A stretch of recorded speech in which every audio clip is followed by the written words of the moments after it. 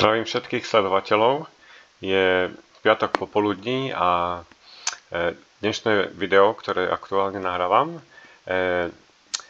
bude o tom, že budem vám referovať, aké minimálne teploty sme namerali dneska ráno na našich mrazových staniciach. Čiže nebude to nejaké dlhé video, bude to v podstate faktické video o hodnotách, ktoré vykázali naše unikátne mrazové doliny, keďže ešte stále máme relatívne teplo na hladine 850 hektopaskalov, vo výške 1500 metrov je nejakých plus 14 stupňov.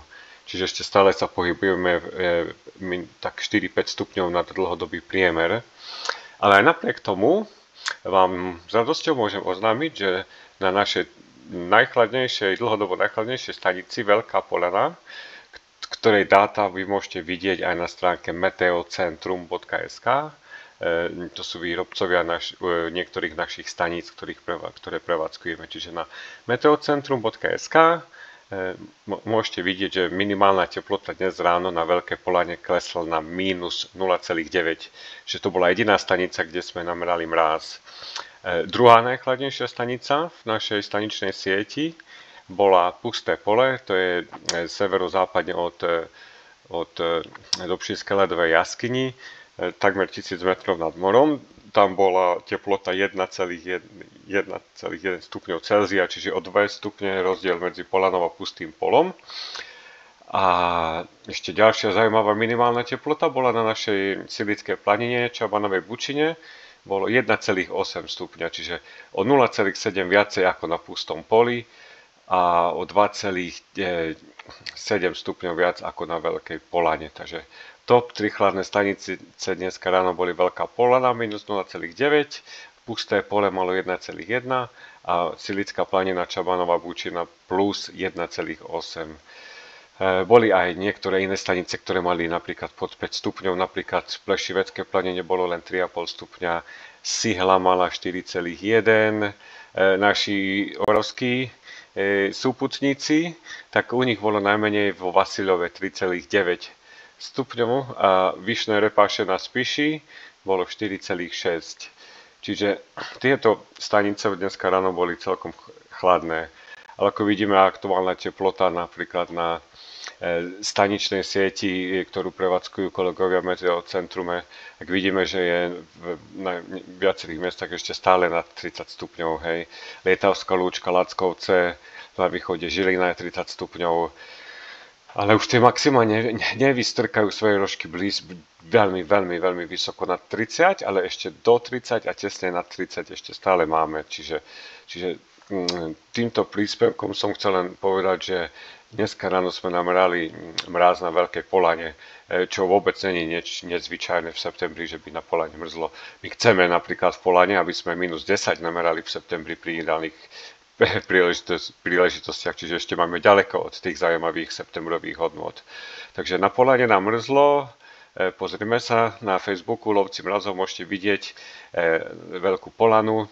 Vzadu je stanica číslo 1, na nej bolo minus 0,9. Tu je stanica číslo 2. Ona žiaľ kvôli tomu, že ten solárny panel je taký malý a dáta sme nastavili na nahrávania po zmene teploty. Keď sa teplota zmení o 0,3 stupňa, tak automaticky nám tú hodnotu nahrá do apky. Čiže tým pádom, že sa tá teplota tak rýchlo mení, tak nám to aj žere veľmi rýchlo dáta a tým pádom tento maličký solárny panel nestíha dobíjať. Čiže on nám už po niekoľkých týždňoch sa vybil pod napätie, ktoré je potrebné, aby sa tie dáta uchovali. Čiže stanica číslo 2 je teraz offline. Tu pracujeme na nejakej alternatíve. Buď pôjdeme fyzicky dobiť litiovú batériu s väčšou kapacitou a vymeníme na tejto stanice tie litiové batérie, aby sa zase tá kapacita navýšila natoľko, aby sa mohli tie dáta nahrávať. Čiže stanica 1 na Polane mala minus 0,9. Stanicu 2 musíme vyriešiť, čiže na tu sa nám tie naše náklady na prevádzku staníc stále nejakým spôsobom navyšujú. Čiže keď odo mňa opakovane počujete tie apely na udržateľnosť našich výskumov krasových dolín, merania teplot, tak to je v tom kontexte, že tie naše experimentálne merania stále narážajú na určité problémy, či sú tu dáta, signály, SIM karty, technika a tak ďalej. Čiže a v tomto kontexte, keď som vás poprosil o to, že či by ste, keby ste chceli, vedeli by ste aj nejakým symbolickým finančným príspevkom nám poslať na udržateľnosť našich staníc, že by sme vedeli dokúpiť extra nabíjačky, baterky, väčšie solárne panely a tak ďalej, tak týmto spôsobom by sme mohli dokázať časom tú kontinuitu merania zabezpečiť, aby nám tie stanice nevypadávali. Čiže tento príspevok dneska končím ohľadom našich staníc. Čiže na Polane nám mrzlo minus 0,9, stanica číslo 1 a na Pustom poli bolo plus 1,1 a na Silickej planine bolo 1,8. Čiže Silická planina sa teplotne začína doťahovať aj na doliny okolo 1000 metrov nad morom. Ako náhle sa vegetácia na jeseň začne dostávať do takého stavu, že nebude tá tráva rásť, tá tráva postupne počas mrazov začne znižovať svoju výšku a vegetácia, listy zo stromov budú upadávať. Takže presne tie naše mrazové doliny, ktoré máme na Plešiveckej a Silickej planine, oni teplotne postupne začínajú byť takmer rovnako chladné ako napríklad Pusté pole a budú sa ešte teplotne približovať dokonca aj Polane. Na to sme veľmi zvedaví, ako sa to bude správať, keďže vidíte, že Silická je len 560 metrov nad morom a Polana a Pusté pole sú takmer 1000. Čiže aj napriek 500 metrov, skoro 500 metrov výškového rozdielu, tá teplotný rozdiel medzi Pustým polom a Silickou planinou bol len 0,7 stupňov. Takže ako náhle postupne v zimnom pol roku sa tie rozdiely budú ešte viac minimalizovať a bude množstvo rán, kedy budú najnižšie teploty napríklad na celom Slovensku najnižšie na našich krasových planinách Silickej a Plešiveckej.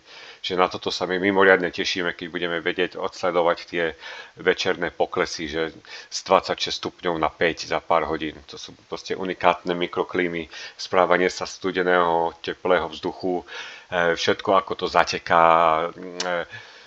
faktor nočnej oblohy, kedy sa po zotmení vyžaruje ultračerveným žiarením do vesmíru to povrchové teplo a rapidné ochladzovanie nastane v tom momente, ako zájde slnko. Čiže tieto fyzikálne javy my krásne budeme vedieť odsledovať. Takže tento príspevok končím tým, že na Polane dneska ráno mrzlo, minus 0,9. Takže to bola najnižšia teplota z našej staničnej sieti a v podstate na staniciach SAM-u mohli mať nejaké najnižšie teploty v Nileckej doline nejakých plus 6, plus 7, čiže tie naše mrazové doliny sú fakt v týchto dňoch uletené teplotne. Čiže toľko odo mňa pre dnešný príspevok. Ja zatiaľ pripravím ďalší príspevok, ktorý bude pojednávať o ochladení od začiatku budúceho týždňa. Čiže ja už si pripravujeme stránky a informácie ohľadom ochladenia na budúci týždeň. Čiže aj to bude publikované na YouTube. Čiže keď sa vám tieto videá páčia, tak budem veľmi rád, keď ich budete odoberať, zdieľať, lajkovať, komentovať a nech majú čo najviac videní a nech si ich spoločne pozrieme vo voľnom čase a ideme ďalej. Tak sa majte krásne.